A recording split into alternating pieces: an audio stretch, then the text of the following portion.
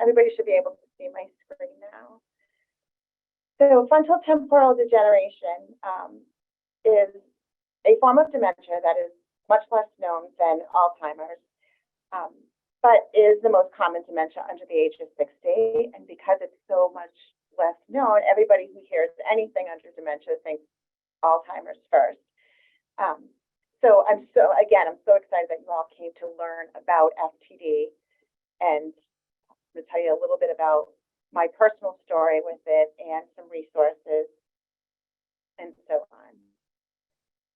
So I am the Massachusetts ambassador for the Association of Frontotemporal Degeneration, which from here forward we'll refer to as the AFTD. And the reason I started doing these presentations out to people was to raise awareness, but it's for my dad because he had FTD. So some of our objectives today real quick is I'm going to provide you with the introduction to FTD.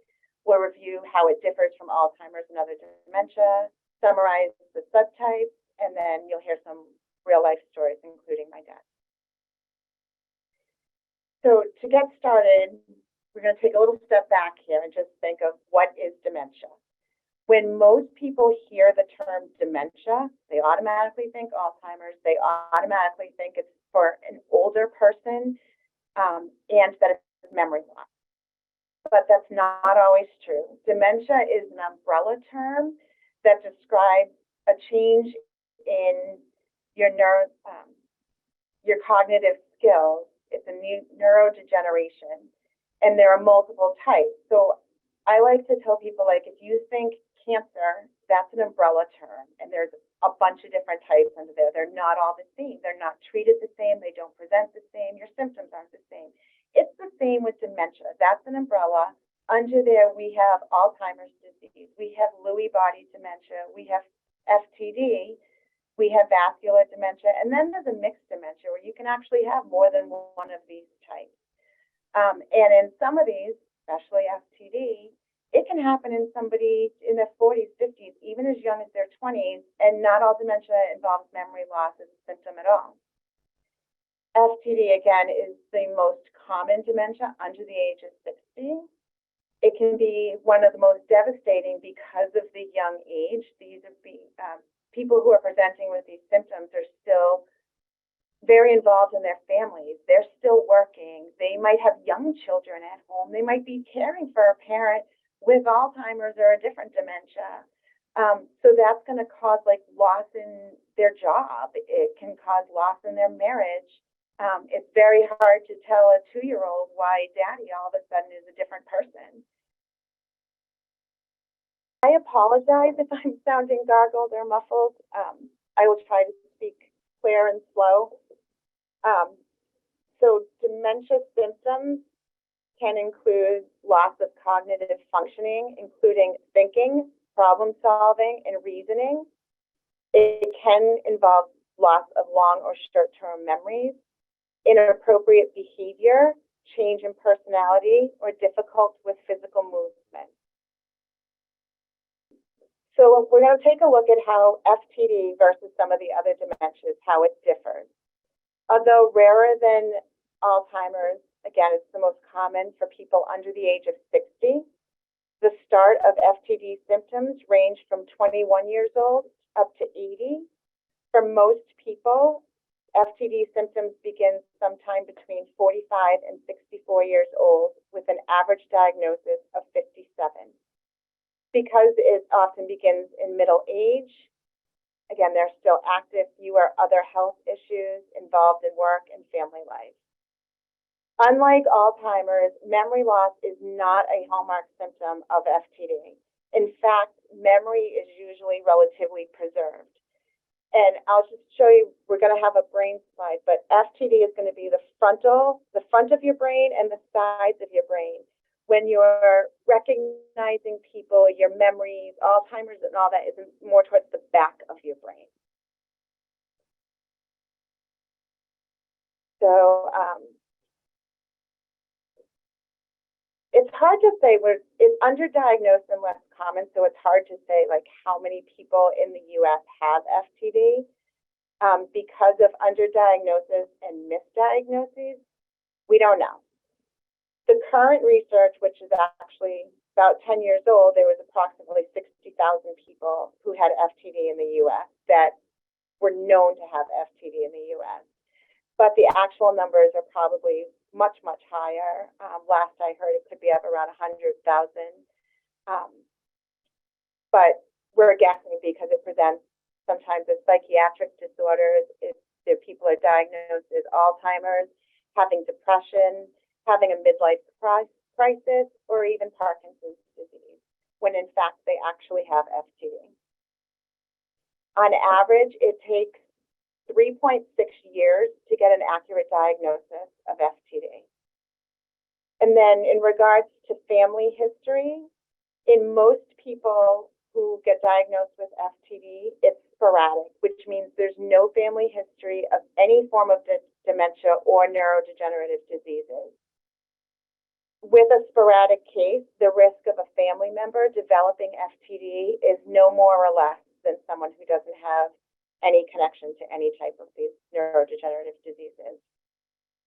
For the rest of the group, they may have a familial history, which could be a form of dementia, a major psychiatric condition, or progressive changes in movement. And a subset of those familial cases are caused by a change in a mutation of a single gene in the brain. FTD is terminal. There's average life expectancy is about 7 to 13 years after diagnosis, but it varies from person to person. We're just going to look at this slide real quick. This was a study that was done back in 2017 that showed kind of the cost of these two diseases, Alzheimer's and FTD, and it shows that the cost of somebody with FTD nearly doubles that of somebody with Alzheimer's. And again, that's due to now they're being forced to stop working. The caregiver is being forced to stop working because there's a lot of challenges even getting them help or care at home for somebody that's so much younger. This gentleman right here, this is my dad. And again, he's why I started volunteering with the AFTD. He had behavioral variant FTD, which we're going to touch on the type, but that was his diagnosis. Previously, he was a strong, smart, friendly, very caring man who would talk to anyone, loved to talk to people. He would help anybody out in any way he can. He was always that guy who stepped up and ran the show. If somebody needed to be in charge, it was him. He was a military man. He was strict but loving. And then everything just started to change. He started to act weird. It wasn't him anymore. He stopped engaging with people altogether, including his family, including his wife. Like, he just didn't want to talk to you. He really didn't care what you had to say or even acknowledge that you were standing there trying to talk to him. My mom had gone through a really hard time with that, as most spouses I've spoken to, when their loved one has FTD, they take it almost personally. Like, they feel like, oh, he just doesn't want to talk to me anymore. He doesn't love me anymore. So many people end up divorced over it before knowing that this was actually a brain degeneration and not their person just not loving them anymore, not wanting to be with them. So my mom went through that also. And that was in the beginning when things were here and there, he acted differently. It wasn't consistent. One minute he was him, and the next it was like an alien took over his body and he just wasn't him anymore. And then it started being more and more, and me and my siblings were like, nope, something's wrong. This isn't him. I don't understand why he's acting like this. It's just not him. And finally, we had a day where my mom's aunt had passed away, and my dad, who knew this aunt for a very long time, she told him she passed away, and my dad laughed. And of course, my mom got mad and said, why are you laughing? That's not funny. And he's like, I'm not laughing. He couldn't even tell that his emotions were backwards, like they just didn't match up. He thought he was being sympathetic, yet he was like hysterically laughing.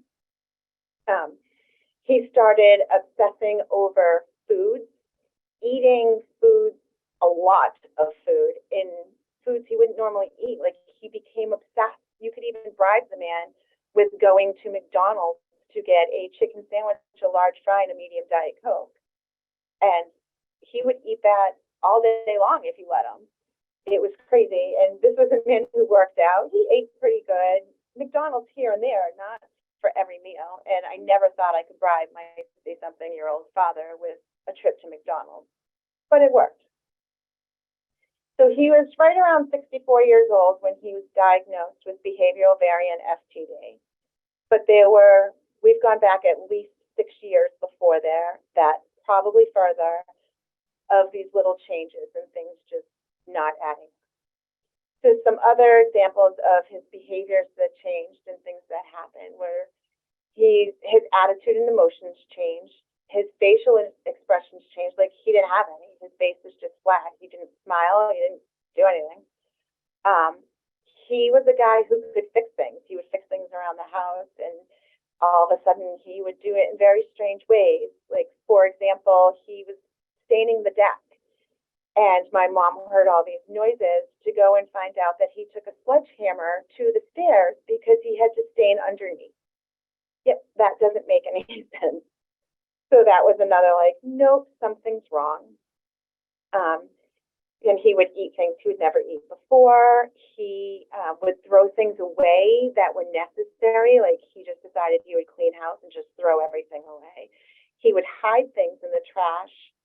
And then he would also order things that weren't necessary and weren't for him, and just, like, financially was not a good plan. He eventually stopped talking altogether.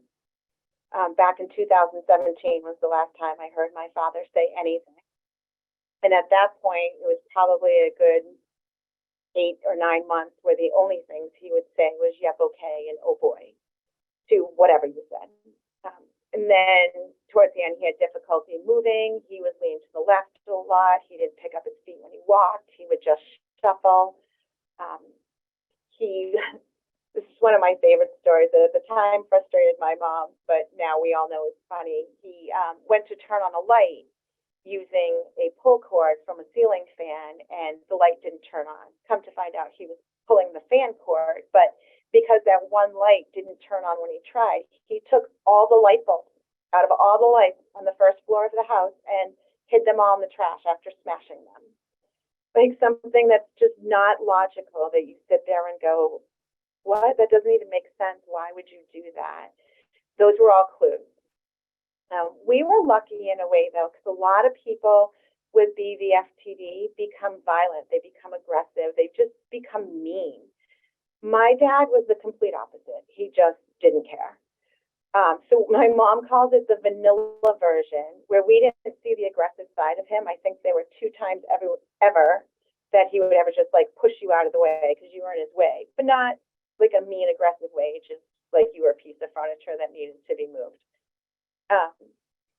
So we got lucky there, but aggression is a hallmark sign of FTD.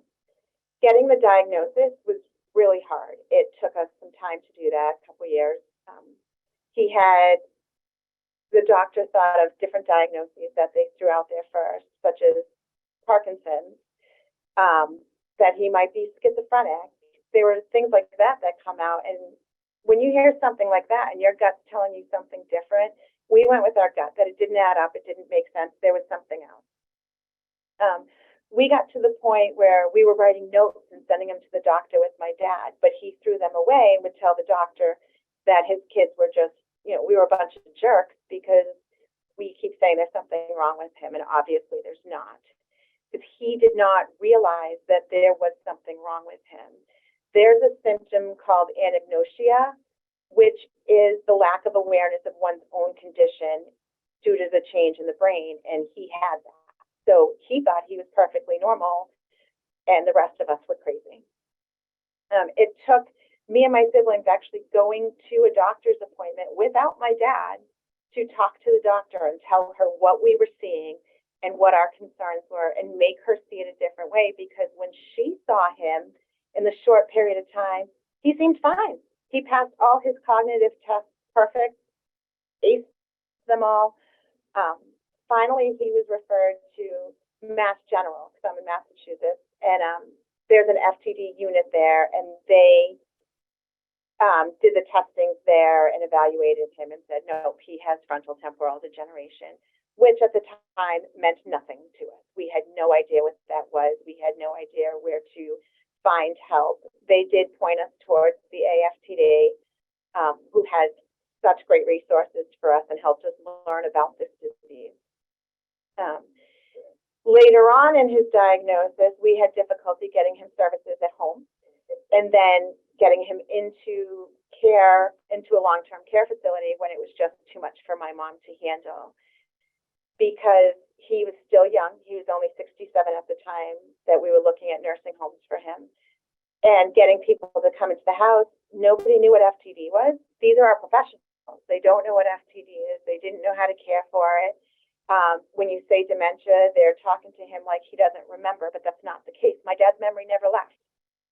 He always knew who we were.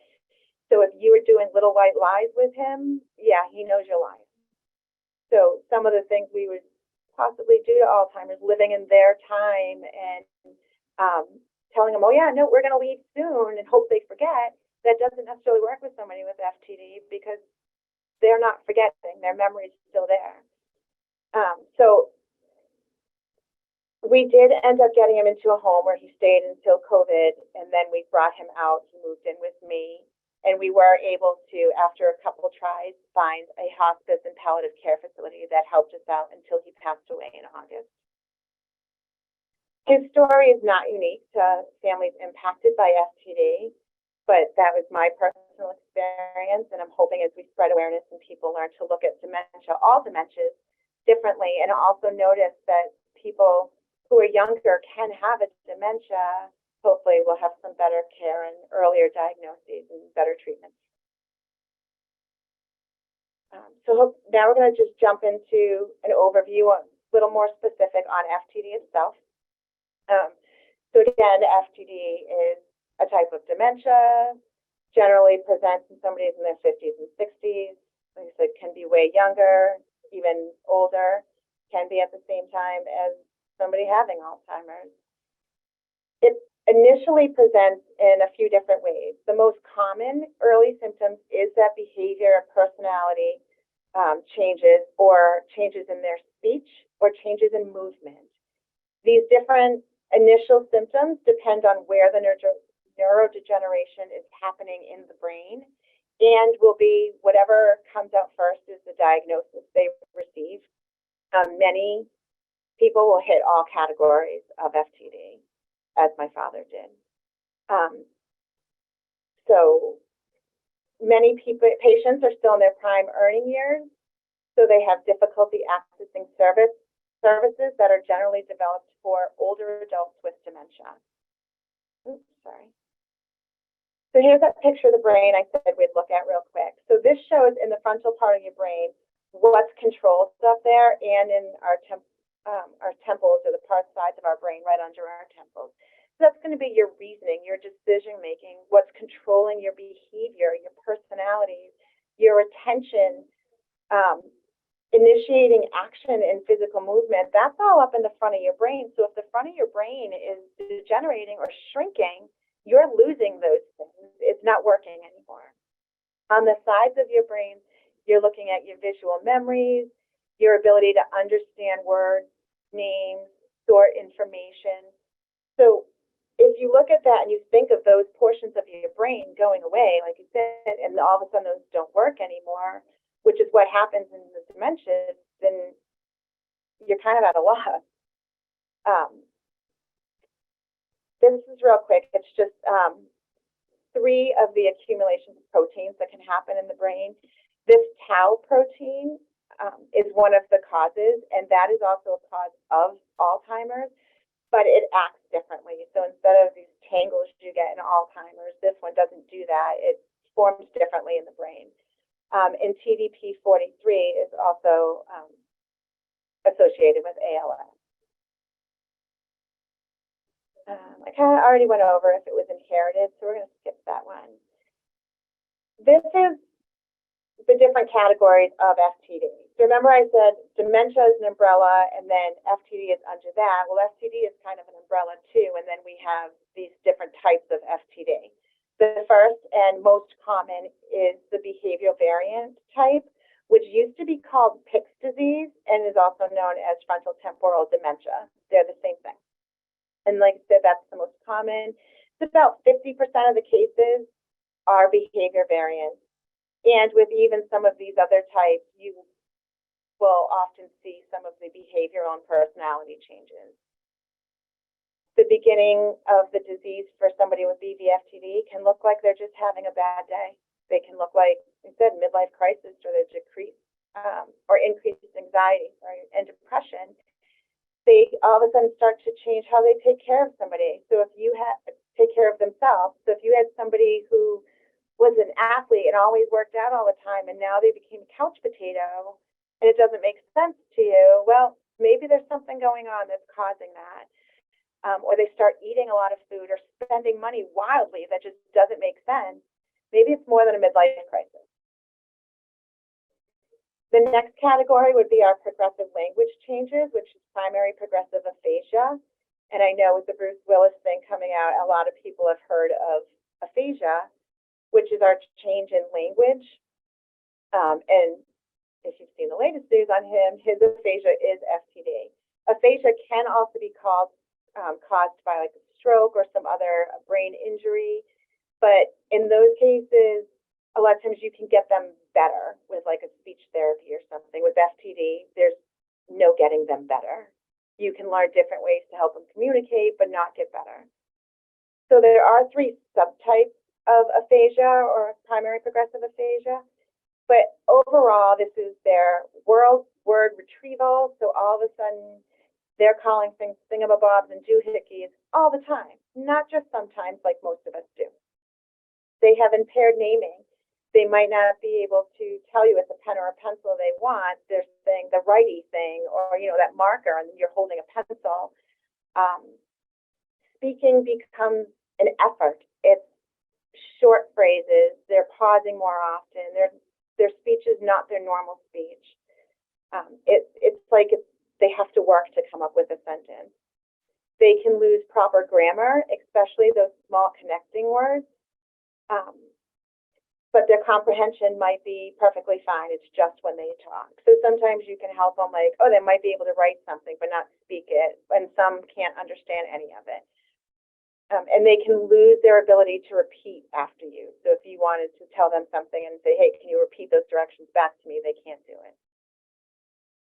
The last category is progressive motor changes into their motor function. And under here, we have cortical basal syndrome, progressive supranuclear palsy, and FTD-ALS, or ALS-FTD. In here, they could also be called atypical Parkinsonian disorders. And these, they're starting to not have the right posture anymore. Their gait is off. With PSP, they actually can't look up and down. Their vertical gaze is impaired. With CBS, or cortical basal syndrome, they start to have abnormal muscle tone. They might get tremors. Their posture's off. Their limbs just aren't working the way they did before. And then they might get those Parkinson-like tremors. Towards the end of any of these, they will start to have problems swallowing and walking. For FTD-ALS, as many as 20% of people with FTD also have signs of ALS or Lou Gehrig's disease, and approximately half of those diagnosed with ALS have some sort of cognitive decline, which is normally some form of FTD. They will also show those changes in behavior, personality, and language symptoms that we see here with the other categories. As you might remember from my story with my dad, FTD is hard to diagnose. Again, it takes like 3.6 years to get a diagnosis is the average, and it's one of the most frustrating things from a family's perspective. There's no single biomarkers or brain imaging test alone that can diagnose FTD. It is a whole group of imaging testing, neurological examinations, talking to a neuropsychologist. There's a bunch of different things to get there. And there's not currently a way to confirm 100% diagnosis until autopsy, when they see where in the brain there was damage. Symptoms, again, are often misdiagnosed as depression, bipolar, anxiety, relationship or marital issues, Alzheimer's, Parkinson's disease. There's a whole list. My suggestion, if you do have somebody who you think might have FTD and you get a diagnosis that doesn't sit well in your stomach or doesn't add up, and you're looking up those symptoms and you're like, nope, not him, ask again. Go see a different doctor. Advocate for your loved one. Advocate for yourself. Maybe journal what changes you're seeing with the date, how they changed, what's happening, so that you have something to present to the doctor. If you can't, like my dad wouldn't let us go to appointments with him, so if you can't, email the doctor, call the doctor. HIPAA violations are only if they tell you information. They can listen to you. So that's my suggestion to everybody, is if you have that concern for anything, like, advocate for yourself. Tell them, like, nope, that doesn't add up for me. Family input for an FTD diagnosis is critical. We know our family members more than any professional who sees them once in a while. So what do you do if you get warning signs, or if you see somebody who's presenting this, or you're concerned? So we have gather that health history. They need a neuro consult, the exam, there's testing, a speech evaluation. It might go to brain imaging, which there's PET scans and MRIs can show different things. And then brain autopsy at the end would be able to tell you 100%, especially where in the brain was affected. After you get diagnosis, it's important for doctors to evaluate treatment options. Unfortunately, there's not currently an FTD approved treatment specifically for FTD, but there are treatments for some of the symptoms that can present. Treatments can be both for the caregiver and helping them to find ways to just interact differently with their loved one, or teaching them how to help their loved one with different things. Maybe getting speech therapy for them. Like I said, it won't fix it, but it can help you and your loved one to communicate better. Finding support groups so you're not feeling alone. One of the worst things when my father was diagnosed is how alone we felt in Central Mass, because nobody knew what it was. There was no support group with us. The doctors here didn't know anything. We ended up going to Boston. We asked for help. We couldn't get it because, again, nobody knew anything. So it's very isolated. And my mom, now losing her husband too, she felt completely alone. And when she went to like Alzheimer's support groups or support groups at nursing homes that dealt with all kinds of dementia, half the time she would leave there feeling worse because it was so different it didn't help her. She just felt like, nope, they don't understand me. So there are support groups specific to FTD that can help. Building a team, making sure that includes your doctor, your elder lawyers, palliative care, speech therapists, your friends and family, which with FTD, you can also lose a lot of friends and family that just don't understand your loved one's behavior. So trying to find a way to explain that to them. But my whole thing is to make sure we can't cure FTD, but we can cure isolation. We can make sure that you're not alone through this. There is an FTD disorders registry. There are a lot of research going on right now, which makes me really happy that we can have all these research programs going on and get somewhere. There is a disorders registry you can sign up for right off. It's ftdregistry.org, or you can do it right off the AFTD website. There's a link to reach that. And sometimes it's as easy as they send out an email once a month that I respond to questions blindly, like they don't know who's responding, and that helps into their research, whether you have FTD or not, whether you have a family history or not. The Association for Frontotemporal Degeneration works on research, awareness, support, education, and advocacy. We're trying to get it out there so everybody knows what FTD is and get that research so someday we find a cure. Right here is some resources available to you. So there is a helpline. It is not 24/7, but they do respond quickly through the emails and they call people back quickly. We do have a translating service, so language is not an issue regardless of what language that is. So there is the email at info@theaftd.org or the phone number of 866-507-7222. There's also the website, and there's so much information on the website. Like, please feel free to go there, whether you're looking for a support group, clinics or hospitals that have somebody that understands FTD, just more information, you want to volunteer, you want to know when there's a presentation, anything like that. It's all out there. There's also a separate one specific to kids and teens, explaining this disease in a different way that's better understood by somebody with kids younger. There's some publications. The Help and Hope is a great newsletter that comes out monthly, just goes to your email. There are some hard copy presentations, like the doctor thinks it's FTD, now what? There's one for children. There's one about genetics. There's a newsletter that's specific to professionals, whether that be your nursing home, your elder law, whatever, which is Partners in FTD Care. And any of those can be signed up for or requested right on the website. The AFTD also offers grants for travel, quality of life, and respite. And then there's a link on the website for support groups.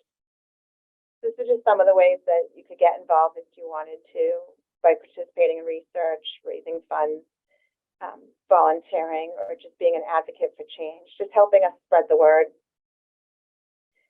Okay, and that's my presentation. So I'm going to stop sharing and see if we have any questions. Thanks so much, Dawn. We do have some questions. I think we had captions on as well, so hopefully that that worked for most. We also, Dawn was nice enough, she told me before that she's going to share some of those resources with us so that we can send them out to everybody. And so we'll be sure that everyone gets all the info, everything she covered, all that stuff. So, but Dawn, we really appreciate you sharing the story about your father as well. I'm sure that that was quite difficult. So we're really happy that you were kind enough to share that story with us as part of your presentation. So thank you for that. Before we get into questions, I just wanted to say that. So we do have a few questions. So I'm going to start with the Q&A box. I know there were some in the chat as well, but I'm going to start in the Q&A box. And Dawn, I can just read them to you if that's easier. So the first question is, can having general anesthesia exacerbate or make FTD progress faster, or make PPA become behavioral variant? So I guess switch one type to the other.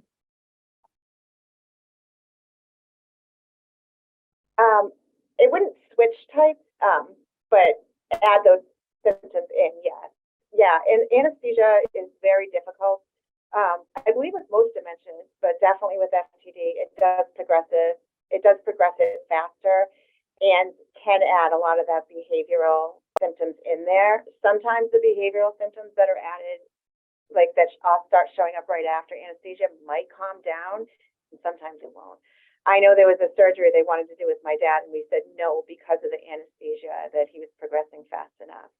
And can I just add one thing I know I forgot in the presentation, but that just triggered in my brain. When I was talking about treatments, I just want to mention, if you have a doctor who's trying to put on medicines, like your loved one on medicines, like anesthesia, there's some meds that can make it worse, not better. So there might be a medicine that they give somebody with Alzheimer's to help with a certain symptom that's going to make your FTD loved one worse. There is a list available to doctors or you out on the AFTD website that says what medicines are not a good idea for somebody with FTD. Sorry, that anesthesia question just triggered that in my brain. No, that's great. That's really helpful, because I think just knowing your medication interactions regardless is important, but especially if you have something that does have such an impact on your kind of behavior and things like that. So thank you for that. Okay, so the next one is, FTD ever confused with early onset dementia? So early onset Alzheimer's, I'm guessing, is the question, because you said dementia is that umbrella, and yes, that is one of the misdiagnoses you'll see. And often, as I just mentioned, the medicine, you can see after they start going, oh, this medicine's great for somebody with early onset Alzheimer's, and your person's getting worse. It's not that. That's a clue that says nope. Or you're starting to see these different symptoms. You will see them kind of act differently if you go and you look up the symptoms for FTD and early onset Alzheimer's. Yeah, and I thought it was really interesting how you said with your father that he didn't lose his memory and that he was still very aware as to who you were, where he was. He wasn't kind of stuck in that period of time like you often see. And I think that's a really interesting difference if someone is kind of saying it's early onset Alzheimer's, but they're not losing those memories. And I'm not an expert, so I'm just assuming that that's kind of a big difference that you can notice.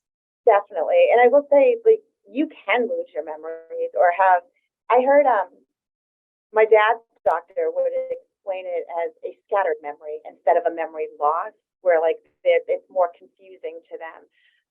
But yeah, like my dad never lost his memory at all to the day he passed. He was diagnosed in 2014, just passed away in 2022, and he always knew who we were. He always knew what was happening. He couldn't always communicate it, so sometimes it would look weird, but yep, his memory was still there, which is common. Yeah. Okay. Okay. So the next question is from Donna. If you are diagnosed with FTD in your 50s, diagnosed as early onset dementia, or I'm assuming onset Alzheimer's, it seemed to affect your executive function, but you could still hold a job. Decades later, what did she say? Sorry. Decades later, I cannot do math in my head or problem solve, and I've lost facial recognition skills. Are there any medications to stop this progression? I'm sorry to hear that's happening, and I don't feel that I'm qualified to answer that question because I'm not a doctor. So I honestly don't know.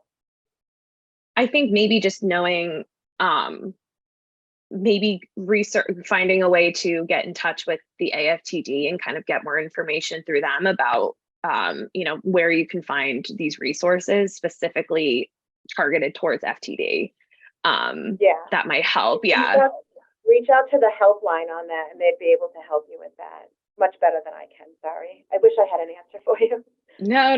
I'm gonna put the helpline in this answer so that they have that. So I think you answered this, but can FTD be diagnosed with an MRI? It was later in the process, right?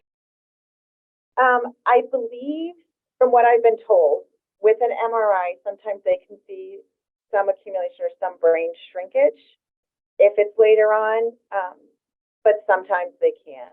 Like, I know my dad's MRI didn't show much, but then he had a PET scan. They were like, oh no, there's something going on, because he had that MRI early on because they thought it was a brain injury. Okay. Somebody asked, is it possible to have a combination of types? That's a great question. That would be that dementia. You can have Alzheimer's and behavioral variant FTD or Lewy body, and then you're going to get that memory loss along with some other stuff. Amazing. Okay, so we have two kind of medication questions. I'm going to combine them. I hope the people who asked don't mind. Someone asked if dementia medications can slow the progress of FTD, and then someone also asked if medication is necessary. Again, I'm not a doctor, but I do not know of any medication that can slow the progress, no. Like I said, the medications that are often prescribed to somebody with FTD is more to control a symptom. So, like when my dad had the tremors really bad, they had something that could help to calm him so he could sleep. Sometimes if their anxiety is really bad, we can treat the anxiety, things like that. And no, medicine's not always necessary.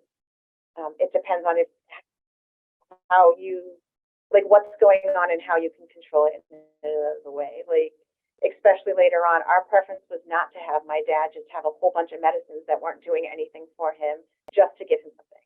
We tried to find other ways to engage with him, to treat his behaviors, to help him communicate instead of that. Does that make sense?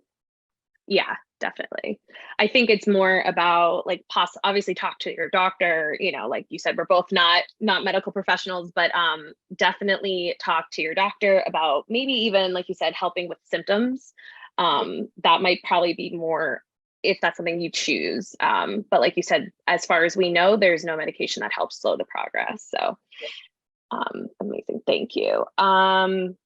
Okay, I'm just going to quickly jump to the chat. Somebody asked, can you share more about the grants for respite for families that the AFTD provides or offers? Yep, so you can, right on their website, there's an application that you just fill out. I believe it's, don't quote me, I believe it's $500 they give for respite care. But yeah, because like I said, it's hard to find help and somewhere to put your loved one, or you want to keep them home, which is, in my opinion, better if you can, you know. So we do try to help people be able to hire somebody or put your loved one somewhere so you can get a break, because we need to take care of ourselves too. So I believe it's $500, but that information is right on their website, or you can reach out, email, or call the help desk, and they would have the exact information for you. That's great. Thank you so much. I think a few more questions. Sorry, I'm like bouncing between chats. So if you see my face going, it's just because I'm looking. Somebody asked, what precautions can be taken if there's a family history, if any? There might not really be any, right? I don't think there are any, with the exception of genetic testing, which if you do have a family member, I would suggest, and the AFTD suggests, talking to a genetic counselor, which doesn't mean you have to have the testing, doesn't mean you're going to get it, not going to get it, but a genetic counselor would be able to help you maybe figure out your odds or what you could do, depending on what type of FTD your loved one had, and if they know what the cause of it was. So if it was one of those proteins or a gene mutation, maybe they can see if you have it. In my case, we have no family history at all, except my dad, and there was nothing, like, there's nothing I can do. I'm either going to get it or I'm not. Yeah, that's a tough one. Kind of on the piggybacking on that, do you know how often it's genetic to run in the family? Like, is it commonly genetic, or in this, it's okay if you don't know, but somebody asked if it's how often is it genetic? So, the only thing I can tell you is the majority of the time it's sporadic, which means there's no family history. And I believe the last numbers I saw on that was it was about 60% of cases, of known cases, are sporadic. Like I said, there's a whole bunch we don't even know whether they don't have the diagnosis, they were misdiagnosed, they don't even know they need treatment. But about 60% is sporadic. And then there's that other 40%, a portion of that is you have some type of familial match. And like I said, that means there could be somebody with a psychiatric disorder or Alzheimer's. There's just some kind of neurodegenerative, not specifically FTD. And then a small percentage of that, I don't have that exact number, is genetic. Okay. And we might know more, as like you said, they're starting to do more research. So maybe that, you know, like you said, the known cases are mainly sporadic, but maybe as there's more research and awareness around it, we'll find out a little bit more about, like, if there is a little bit more genetic history involved. I believe the ALS FTD one is more, like, that one I believe is more genetic more often, because that's a specific gene mutation that causes that. Got you. Okay. Helpful to know. At the AFTD, are there any attorneys that work with the organization to help navigate any financial ramifications? So I'm sure if there's any like loss of work or anything or any kind of anything that involves legal necessity, is there anyone at the AFTD that could help with that? My suggestion for that would be to call over to the helpline or email them, and they would be able to hopefully find somebody in your area or somebody that they work with. I know we have a lot of partners in different areas and people they can refer you to for your area or online. I don't know specifically though. Amazing. Okay, I think just a few more. Thank you everyone for sending your questions. We love that everyone's asking. I'm just going between the two. Let's see. Somebody asked if there's any, their sister had 2 diagnoses. So they had Alzheimer's from one and FTD from another, which I'm sure is quite common. They asked, is there any point in further exploration if they're showing behavioral variant symptoms? So is there kind of any point to continue researching to get, I guess, a proper diagnosis, or, you know? In my opinion, yes. And I know it seems weird because you're kind of like, well, they have one of these dementias and this is what we have. But to me, I think knowing or having a better understanding of what my loved one had was really important, especially when it does come to you need somebody to help you treat them. You need somebody to help, whether that be in a assisted living, somebody coming to your house, a new doctor, somebody who wants to prescribe those medicines. Like I said, if she has Alzheimer's, she can take medicines that she can't take with FTD. So to me, I wanted to know what he had. If it was another loved one in my family, I would want to know, or at least a better understanding of what he had, so I can research more myself and I can make sure that they're being cared for properly. Does that make sense? Oh, absolutely. And it's in a way having that, because there is no control over this, obviously, but knowing and then being more aware of what they might be going through at least makes you feel like you can have a little bit of not control, but just awareness around what's going on. And like you said, Alzheimer's is different than FTD. So knowing the difference and being able to kind of help care for them while knowing that difference is worth kind of ensuring that that's what they have.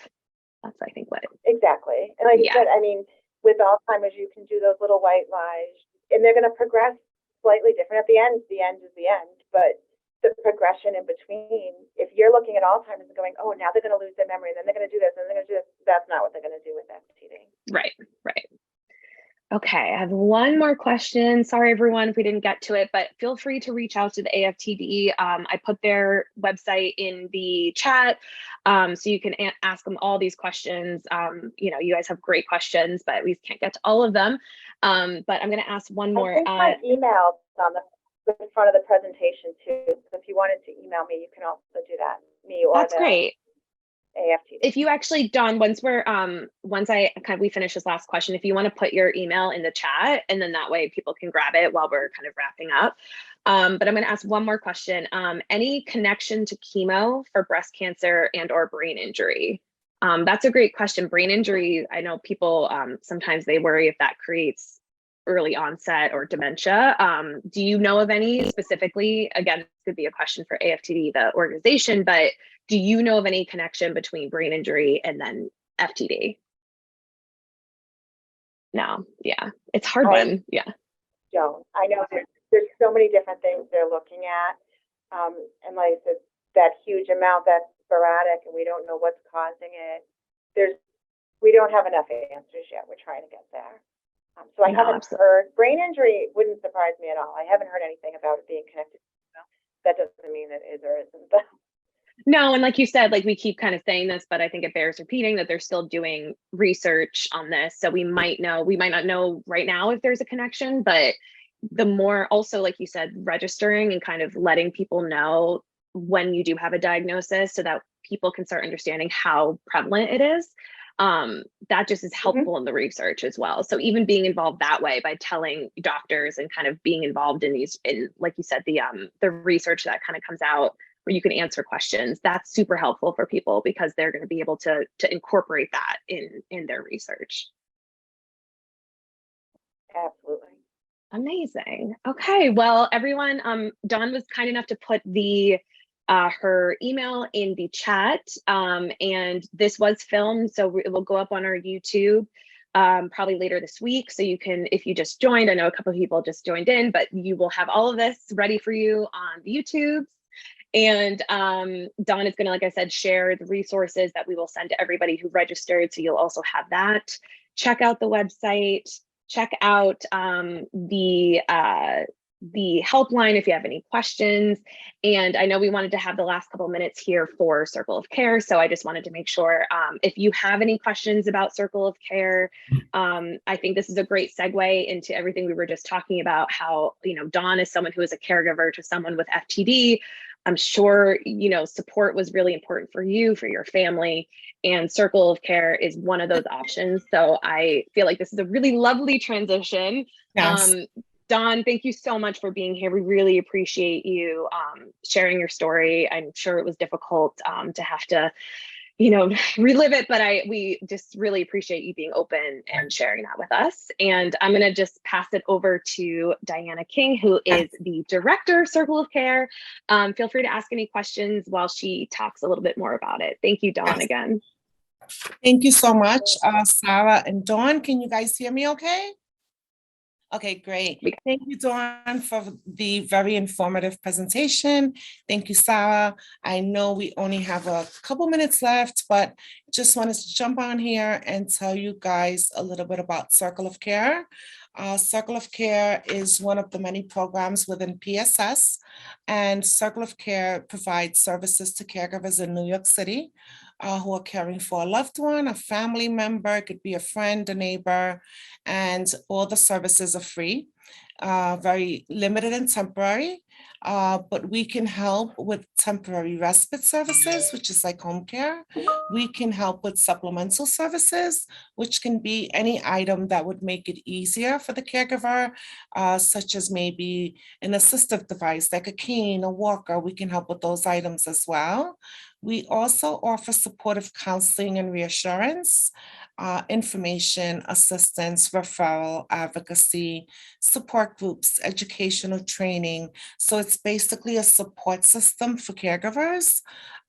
We have funding sources from the New York City Department for the Aging and the New York State Department of Health. So all of our services are free, and it's a really great support for caregivers. You will be assigned to a care consultant within our program who will guide you along the way, whether it's establishing a long-term care plan, just listening to you, with your worries and concerns, a great support system. So I'm gonna provide my hotline number. Feel free to give us a call if you're in need of caregiver support. The hotline number is 866-665-1713. Again, it's 866-665-1713. So thank you all for your time, and thank you again, Dawn and Sarah. Have a good day. Thank you, Diana. I put the phone number in the chat if anybody wants. I also put the link to Caregiver's website if anybody wants to look at more information. And Diana, just remind me the hotline, when is it open for people to call? 24 hours. You can always call the hotline. We're open from Monday to Friday from 8 to 4. So you can always leave a message and someone will respond to your inquiry the next business day. Amazing. Thank you. Does anybody have any questions about Circle of Care while we wrap this up? But we can definitely stay on to answer any questions there. Like we said during this whole presentation, a big part of taking care of others is also being sure to take care of yourself. Circle of Care is a great organization for that. And there's some great free resources, like Diana said. So definitely check that out if you need more information. Yes. Amazing. I don't think we have any questions, but doesn't look like it. I know there's a few more for Dawn, but definitely check out the AFTD website and you can ask questions there as well. And the Circle of Care website also has help as well. Yes. Thank you. Thank you, everybody, so much. Have a beautiful week, and we'll see you in the next one. Have a good day. Bye. Bye. Bye, everyone.